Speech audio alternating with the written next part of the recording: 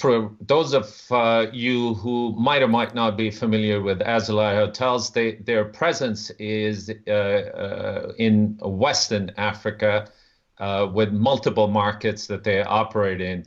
Hopefully the sound will be taken care of, and majority of their hotels are owned and operated, with a couple that are leased situations. So Mossadeck will be able to help us understand what the operating environment is. And I believe we have the sound back. Is that correct, Mossadeck? Yes, sorry. Perfect. Here we are. So, welcome. Thank you for having me on this show. Happy to be with you. I am Mossadeck Bally, the founder and CEO of Azalai Hotels Group, which is a West African hotel chain owning and operating 10 hotels in 6 West African countries under our own brand, Azalai Hotels brand. And we are in the business segment of the hospitality industry, and we are in the mid-scale segment, so we cater mainly to business travelers. Thank you, Mossadeck. Thanks for joining us. Could you just, for our listeners, and just to get us started, could you just give us a general update of how many of your hotels are operating, which markets hotels are shut down, and sort of a general update on the state of business, please? As I said, we have 10 properties. We started 25 years ago in Mali, and then we went to Burkina Faso, Benin, Guinea-Bissau, Mauritania, and the Ivory Coast. And we have 4 projects going on in Senegal, Guinea-Conakry, Niger, and Cameroon. Out of the 10 properties, 8 are closed. 1 and 2 are open here in Bamako. 1 has been fully rented by the European Union to host their training mission for the Malian army. So they've been in the hotel for 5 years now. And we just reopened our first property, our iconic property, Grand Hotel de Bamako, which we closed at the beginning of the pandemic, and we reopened it 10 days ago because the government of Mali wanted to use it to quarantine some Malians who came abroad. They are not sick, but they were quarantined for 14 days before they can go home. So out of the 10 properties we own and manage, 8 are closed and 2 are open. Great. So how long have the hotels that have been shut down, how long have they been out of operation, Mossadeck? Roughly 3 weeks now. We decided to close the properties by the middle of March. So roughly 3 weeks to 1 month. Oh, okay. So they didn't all close at the same time. Some of them closed right away around mid-March. Some of them closed 2 weeks ago. For example, our property in Cotonou was rented by the government of Benin, and we closed it just 1 week ago. And the property in Ivory Coast closed 2 weeks ago. So they didn't all close at the same time. So just, can you tell us and tell our viewers, what has Azalai Hotels done to address various stakeholders? Certainly you own a lot of your hotels, but relative to associates, guests, your clients, anything specific that you might have done during this time? Well, first, when the pandemic broke out, we had to first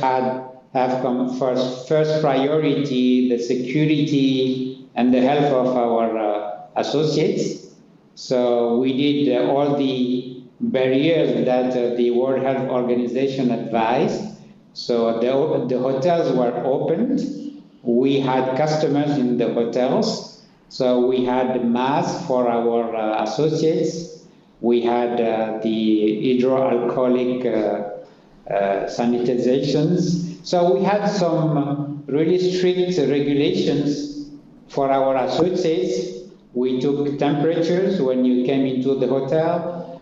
That's what we did as the first barrier measures when the pandemic broke out. And after we decided to close the hotels, of course, unfortunately, we had to furlough our employees. So today, roughly 90% of the associates, the employees, are staying home. And as you know, unfortunately, in most of the African countries, I would say almost all the African countries, we don't have unemployment benefits. So unfortunately, we managed to pay the salaries for March, even though we didn't work the full months, but we managed to pay full compensation during the month of March. But for the month of April, unfortunately, we will not be able to pay the compensation. So our employees are staying home without revenue. That is something which is very, very difficult for us. But as I said, we are an African hotel chain. We operate in African countries, and we don't have unemployment benefits, unfortunately, in our organization. We also had discussions, and we're still having discussion with the bankers, with the people who bring to us the debt, and we are trying to manage to rearrange, to reprofile our debt with our bankers. Of course, we had a conversation with also our owners, our board members. So we, in this time of severe crisis, communication is key. And we make sure that we communicate with all the stakeholders. We started with the employees because they were the first one to be hardly hit by the crisis because they lost their job and they don't have any revenue today. And then we had a discussion with the board members, with the owners, to let them know what is our crisis management plan. And then we had discussion with the bankers to see how we can reprofile our debt, to stop, of course, the interest, and to see how we can reprofile the debt. And then we had discussions also with the various governments in each country where we are. That's on a broader side with all the hoteliers. We went to see our ministers, the prime ministers, to see what can be done to support our industry in this difficult time. As you know, the travel industry, the hospitality industry is a first-line industry, and we are the most hit by this crisis. Mossadeck, that's a great segue. You operate across 6 different countries, different laws possibly. Have the governments in these jurisdictions extended any help to hospitality industry?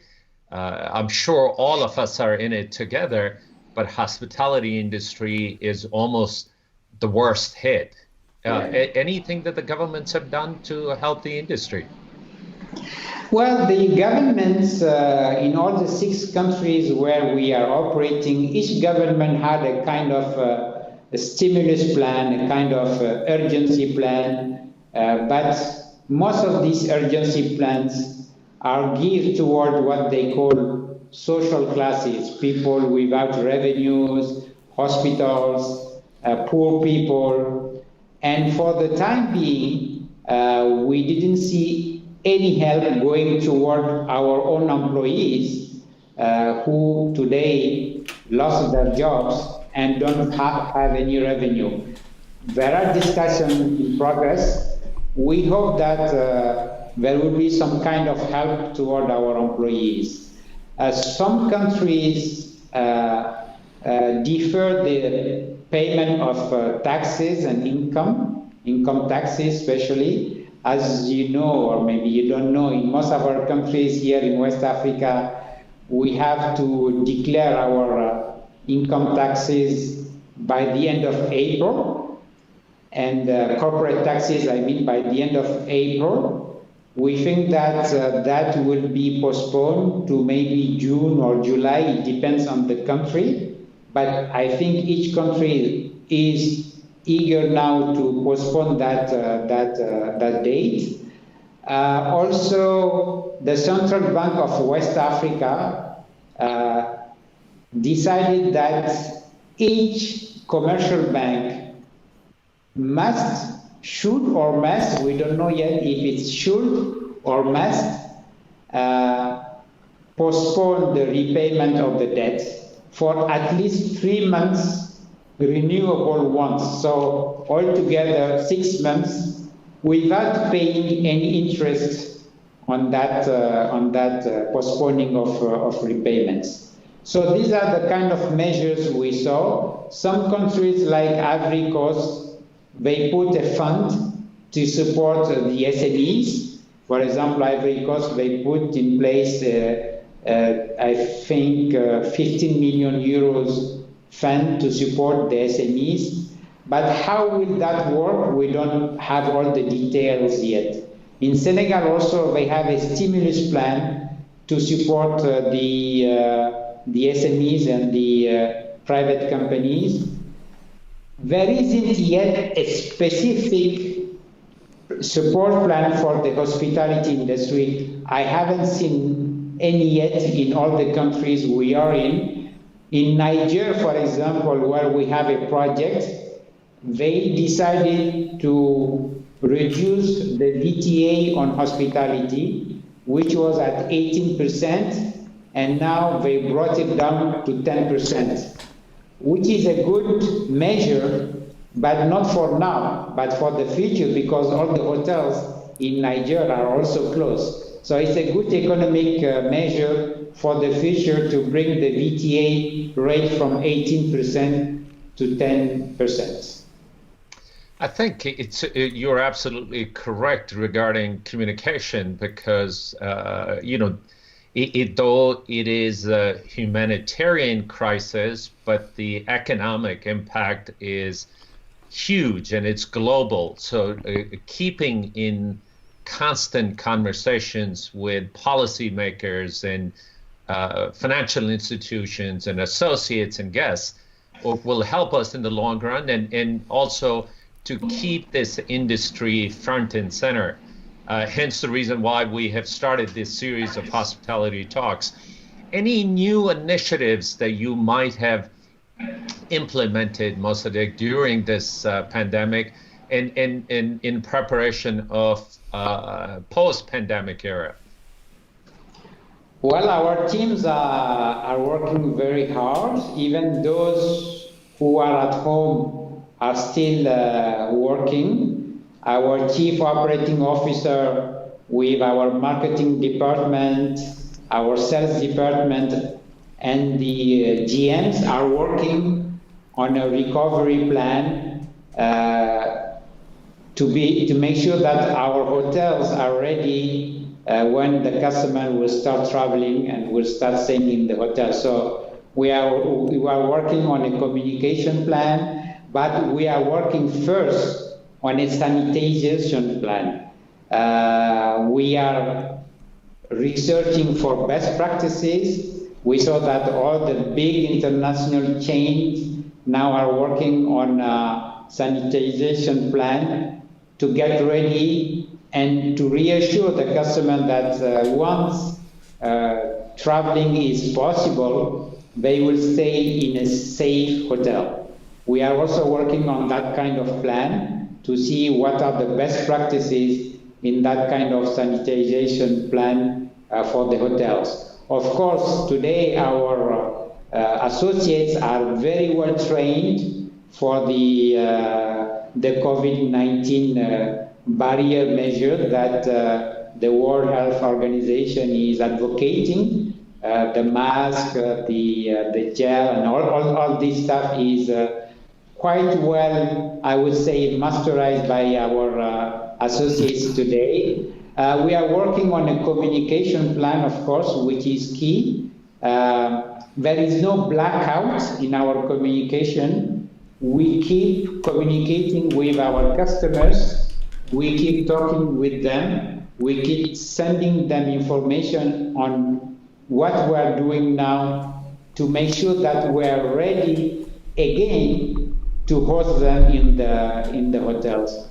Of course, we hope that we will have a common ground with our financiers to reprofile the debt so that we can have some oxygen and breathe and be ready to host again our customers. We keep dialogue. We keep the dialogue with the governments to see what type of package we can have once we get the green light and the get to go and host our customers again. What can we have from the governments in terms of economic package?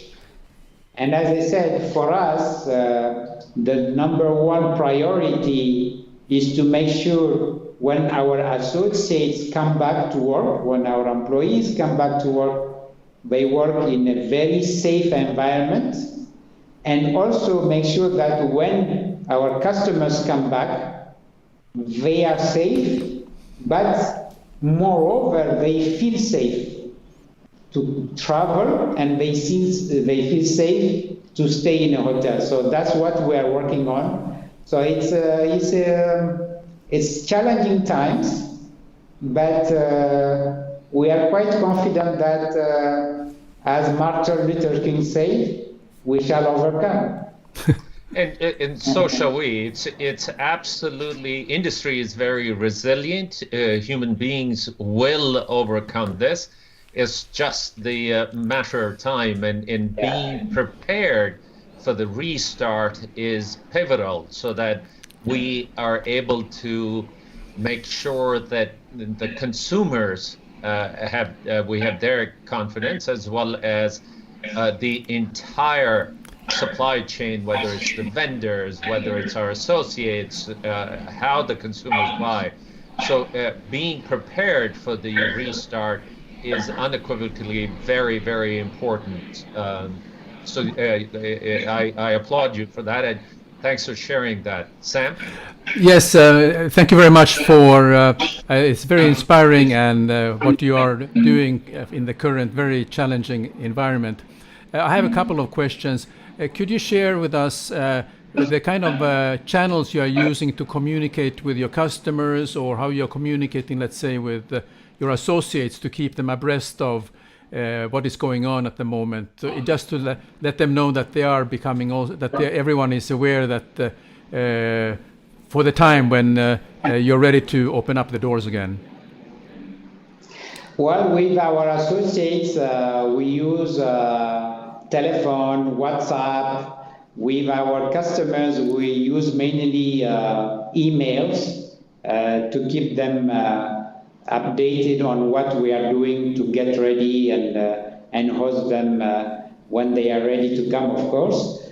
So we use mainly emails, telephone with our associates, WhatsApp, our LinkedIn account also, and our Twitter account. Very good. No, I know from what I read about Africa that you are very advanced in using the mobile networks like the WhatsApp, and also for payment systems. It's a very, very, probably more advanced than we have it in Finland, in fact. So I'm really impressed about that. Yeah, that's true. You know, in terms of mobile banking, Africa has really leapfrogged. And for example, we decided to buy masks for our associates and their entire family. And since they were no more commuting to come and work, so we use mobile banking to send them money to buy masks. Oh, that's fantastic. That's a very, very powerful statement you just made. Thank you. Yeah. Thank you. And if the day you are, because this is maybe the for many of us is the sort of the most crucial situation that has happened, at least for many people in of this generation with this pandemic. If there's one particular thing from your point of view that you will treasure as that was the key learning point for you when you hopefully when you were looking back, went back into normal, what would that be for you? Communication.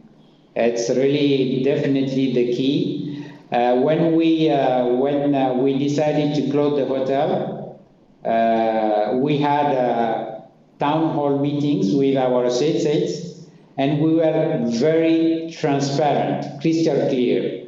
We told them that we were no more able to keep them working because we will not be able to pay any compensation for the work they will be doing. And we will make efforts to pay the month of March, but after March it won't be possible. So we were very transparent. We had a very good communication with them. And true enough, they really understood. I mean, they understood, although they, of course, today after 1 month, they won't have any more revenue, but they understood that the situation was beyond control. And it was not something we did with pleasure. So communication, transparency, for me is key in this kind of situation. Communication, transparency with associates first, with all the rest of the stakeholders, the owners, the financiers. Be very transparent and communicate regularly and keep them updated. For us, at least, for me, that's what I really learned from this crisis. And when you communicate on a transparent basis, regularly, and then your messages can go through very easily. Very good. Thank you very much, Mr. Mossadeck, for your comments. Abid? So what segments do you anticipate that will have the most potential in restart? Who would come back first? Business travelers, because they have business to take care of. As you see, we are in 6 countries. Some of them are in the Sahel region. And we have been managing crisis for many years, especially the security crisis in the Sahel region, in Mali, Burkina Faso, Niger. And what we learned is that business travelers, maybe they change their travel patterns, but they have business to take care of, and they will come. Of course, they will take precautions, but they will come even if there is a security crisis in the country. So I think, same for the COVID pandemic, I think the first travelers who will hit the road will be the business travelers. I think the leisure part of the industry will pick up much later on. During this pandemic, of course, a lot of the airlines have stopped operating, and some of these airlines might not be able to fly again. Their fixed cost component is huge. So as airlift drops into certain markets, whether it's for regional traffic or it is for international traffic, hotels are somewhat reliant on accessibility. How do you think that will impact the African continent in general, but also specifically the markets that you operate in? Oh yeah, you're absolutely right. No air traffic, no hotel business. I totally agree with you. And I must say that the news I have been reading these couple of days on the airline industry is quite scary, But I do believe that people will start traveling again. Business travelers will have to take care of their businesses, so they will travel. At some point, people will travel for leisure. So in Africa, we unfortunately don't have enough airlink within Africa. It has developed quite well these past years, but we are still lacking behind Europe, America, and Asia, of course. I just read an article on Ethiopian Airlines really struggling to stay alive, which is our biggest airline. We really hope that the likes of Ethiopian Airlines, Kenya Airways, Royal Air Maroc will be around when the pandemic is over, because they are key players in our industry. Unfortunately, it looks like that SAA will disappear, at least in its government form. Maybe some private investors will take over SAA.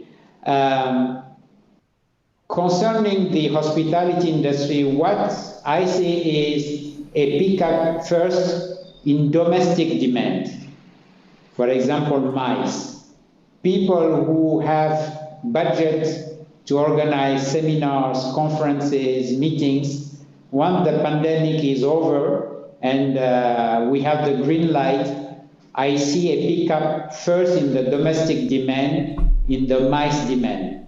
And then the intra-Africa travel will come in, and after that, the international travel will come in. So I see it as a three-phase recovery: domestic demand, intra-Africa travel demand, and international travel demand. I think the entire process of going across borders is going to be a big challenge. Not only that the security issues that we've all dealt with for a few years now, not only that would be in place, but also now this health issue is taken into account. A lot of the airports now have the temperature scanners and trying to make sure that they can keep the population safe. That would become an issue, and also trying to get the consumer confidence back, because all of a sudden you don't want to be sitting at the airport for a long time before you can get to your destination. That'll become an issue. Are there any initiatives that are being talked about in Africa that will be put into place once people start to travel again? Well, I guess one key decision maker in the recovery will be the World Health Organization, which is working closely with all the governments to see what will be the measures to put in place in the airports before they can allow air traffic. So I am not aware of what is going on now, what are the discussions between the World Health Organization and the governments. But for example, for temperature, it was in place already. In our countries here on the continent, we had it during the Ebola crisis, and then these measures disappeared once Ebola disappeared also. So they came back in December, January, when the pandemic broke out in China. What will be the new measures? Maybe every traveler will or must have a mask, a face mask.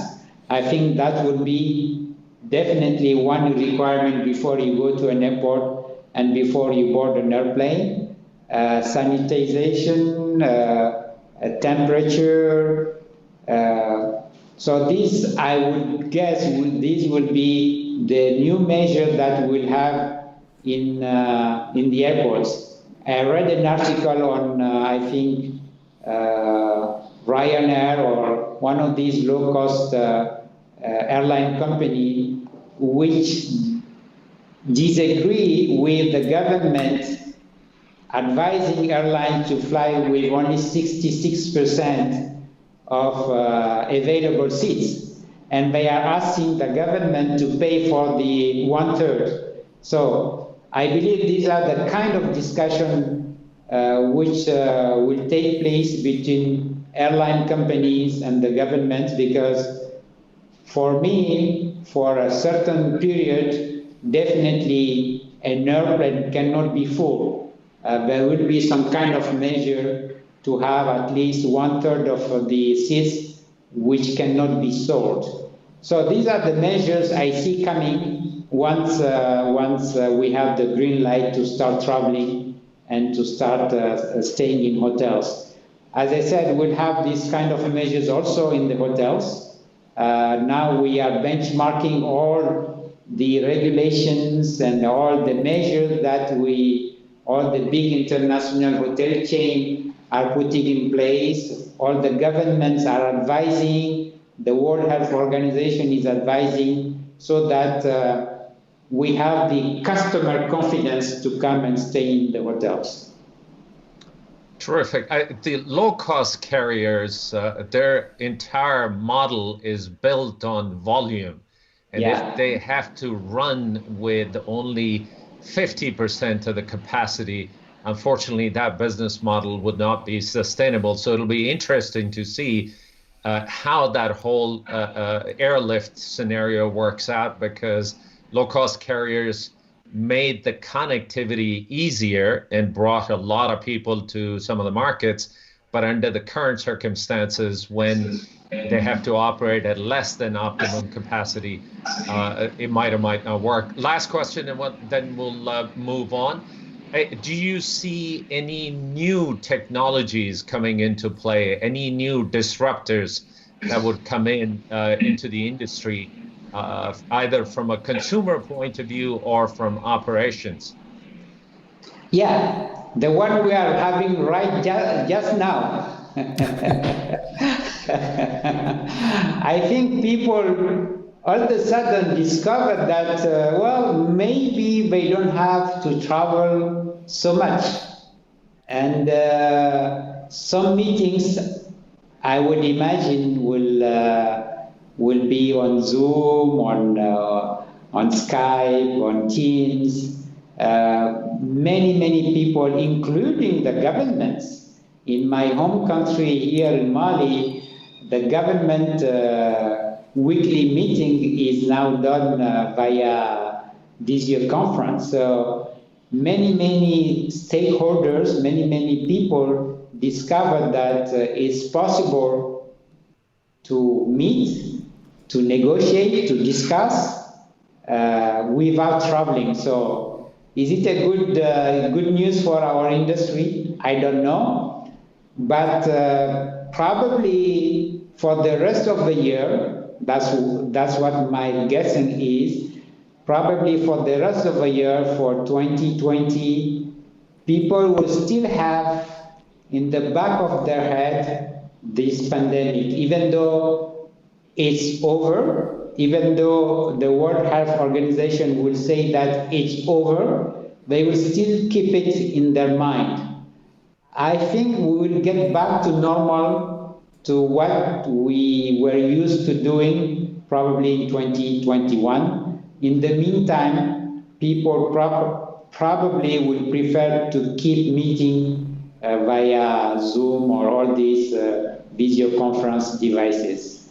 Yeah, thank you. Yeah, I saw this video conferencing has been around for over 30 years, when you had to go to a location for this, and nobody believed this will work. It was very expensive, and now suddenly it required such an event like we have now, but with the mobile technology and better bandwidth, now you can conduct very easily, like we are meeting here digitally with you and Paul. So and we are a different part of the world, and we are in real time able to do. But because we are in the hospitality, it's still sort of the face-to-face and also dealing with business. I think that is still the handshake and meeting the feeling of the personality is still, I think, will come back when people are ready to travel again. Oh, definitely. I mean, nothing is more important than, as you said, shaking hands, talking face-to-face, having a coffee, having a meal. Well, unfortunately, we cannot have a coffee over our video conference. So definitely, I agree. That's why I said probably for 2020, people will still be in this kind of post-pandemic fear. But then, for me at least, in 2021, people will get back to what they were used to: travel, meet people, shake hands, and negotiate over a table. Thank you. So let me look up the question that had been sent in. It was, what role can the hospitality play in bringing the communities together? So let me throw that to Mossadeck, if I may, please. Thank you. Well, as you know, hospitality is about people, so we already bring many stakeholders together. That's our business, that's our role. And I think what this pandemic has brought up is that we are one world. We are one world. What happened 3 months ago, 10,000 or 15,000 kilometers from my home country is now damaging my economy. So we are one world, and maybe that solidarity should be strengthened on a community level. What we have done, as I said, and I must commend what Paul did, not furloughing the employees and keeping the compensation. I wish I could have done that for my 1,200 associates, but definitely we are thinking of some kind of minimum support. Our CFO is working on some scenarios to see how we can bring some support to these employees who do not have unemployment benefits. I think also what we see in our communities today is that there is much more communication between government and the population, between intra-community also, because we all have the same fear. We see that this disease is killing poor people, but also very rich people. The first death in Senegal was a very famous Senegalese who used to be the president of the Marseille soccer club. So very famous Senegalese, very rich. And he died of the COVID-19. Actually, when he died, an airplane was waiting for him to take him back to France, but he died. I think that also is bringing some sense of humanity in our communities. Paul said hospitality 2.0, and I hope you have copyrights on that one, Paul. I've just sent a message to my assistant. But we should have now humanity 2.0. Shall we go back to business as usual in 6 months? Or shall we really sit down and see what we can do? We are talking about this pandemic and its consequences on the hospitality industry, but we already had some kind of pandemic. We had the Airbnb shock, but hospitality is still here. And then we had 9/11. Do you remember that 9/11 completely reshuffled the way we travel? We didn't have TSA in the United States. We didn't have all this security control. You just come, you take your boarding pass, and you go to the airplane. That's changed after 9/11. I also think that in the hospitality industry, things will change after this pandemic, and in the communities also. The way we live together, the way we express our solidarity will also change. Very true. I actually remember traveling soon after 9/11. I was traveling through New Zealand, and they had just deployed metal detectors on some of their airports, and they hadn't even been configured. Our travel life entirely changed post 9/11 era, and I'm sure there are new things will come about after this pandemic. So, Paul, this question may be for you.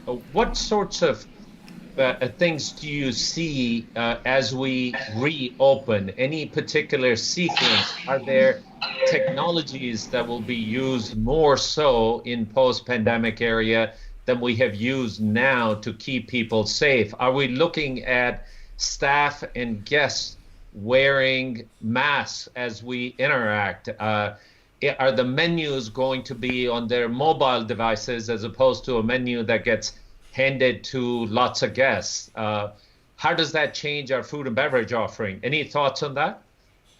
Yeah, I mean, it's a really interesting one. It's one we've been discussing at length because our hotels are very social, and they are type of watering holes for the local communities and the embassies and the DFIs and the government and business travelers. So we see these are intrinsically social areas, and the whole concept of social distancing is utterly alien to that. So it's going to be really interesting to see how in 2.0 this is going to work out. Do we end up that everyone's wearing a mask? I really hope not. Don't get me wrong. I want to ensure that everyone is absolutely safe. But similarly, I want to make sure that we've got happy, relaxed, comfortable people. And personally, the idea of sitting in a bar and absolutely everyone 24/7, whether it's in a hotel or if it's in a bar in London, Moscow, or New York, all wearing a mask, that doesn't really give the feel good and the warmth factor. So I'd like to think that in terms of anything trending back to an element of normalcy, we will be able to get back into a more social environment. Now, technology, as Mossadeck said, we're sitting here, we're streaming live. We are in 4 different countries at the moment, 3 different continents. So that in itself makes a big difference. And as the technology has continued to move forward, that has also helped. I think in terms of the seeing the menus online and all of those, I mean they're all out there on an ongoing basis. But we still need to sit down at tables, and we still need to be served by people, and we still need to interact. And we really want to go to the bar, and we want to be able to get a drink, and we want to be able to sit out and watch the sunset. And if we have a 2-meter exclusion zone around us all the time, I think that'll be a real shame. So certainly from my personal perspective, out of all of this, in terms of the community, I hope the communities, albeit we will have changes, will have an element of reversion to a social normalcy, which I'm certainly for one very much looking forward to getting back to.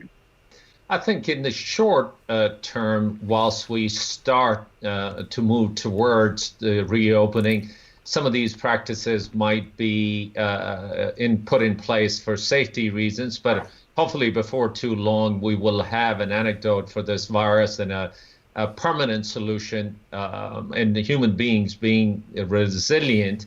I think it will come back because it's in our DNA to socialize. We cannot stay away. Technology will facilitate richer content, possibly more togetherness. I think I'm going to invest in holographic communication because that's coming up next, as opposed to just being on a 2-dimensional communication. But I think technology will make a richer communication. Yeah. Sam? Yeah. I think sort of to kind of round up this very interesting discussion, can you share some feel-good story, feel-good anecdotes that you have come across during this time? Are we starting with Paul? Okay, if you want to start. No, I think in terms of we try and operate. Look, we're owner operators. We're a small group, so we can stay a lot closer to our staff than large, very large groups that have tens of hotels on an ongoing basis. The community and the engagement with our staff and the support that we've had from our staff, and which we've tried to reciprocate back to our staff, has been absolutely phenomenal. And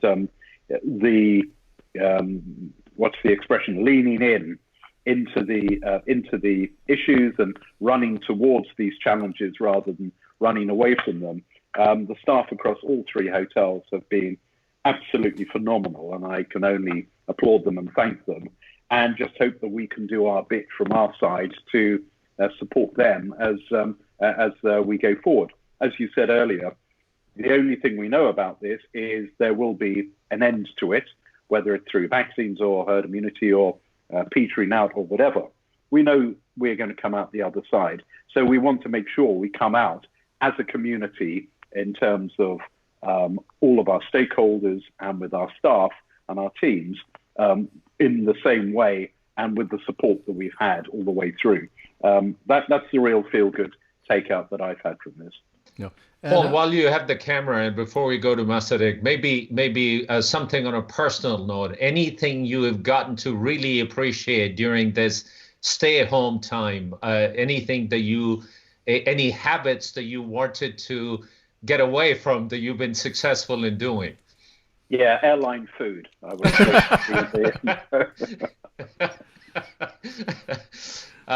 Well said. I think we could all trade a lot of stories on bad sandwiches at the airport or in the airplanes, but let's go to Mossadeck. Can you share some feel-good stories, please? Something that a generous act that you might have seen. Sure. We get some messages from our customers telling us that they think about us. They know that the hotels are closed, and they think about us. They express their solidarity, and they will come as soon as there is a green light to travel and stay in a hotel. This is really very, very hurtful messages from our customers. We have, as Paul, we have a lot of customers. Some are happy, some are not. But what we see is that there is a kind of, let's say, attachment to the hotels, and we get these messages from clients, from customers, and really these messages, when we read them, it's very heartening. And second, what I see from my staff, from my people, there is much more togetherness, much more solidarity in this pandemic. We have roughly 10% of our staff which is still working on the premises to keep the maintenance, the security of the hotels. And there is a lot of solidarity, a lot of togetherness, and that's something which is really also very heartening, very hurtful to me. It means that in front of a crisis, in front of a pandemic like this one, people really get together and show a lot of solidarity. And on a personal note, and I get now a chance to have dinner with my daughter, which is something I haven't enjoyed for many, many, many years. So now I am at home and I have a dinner with my daughter.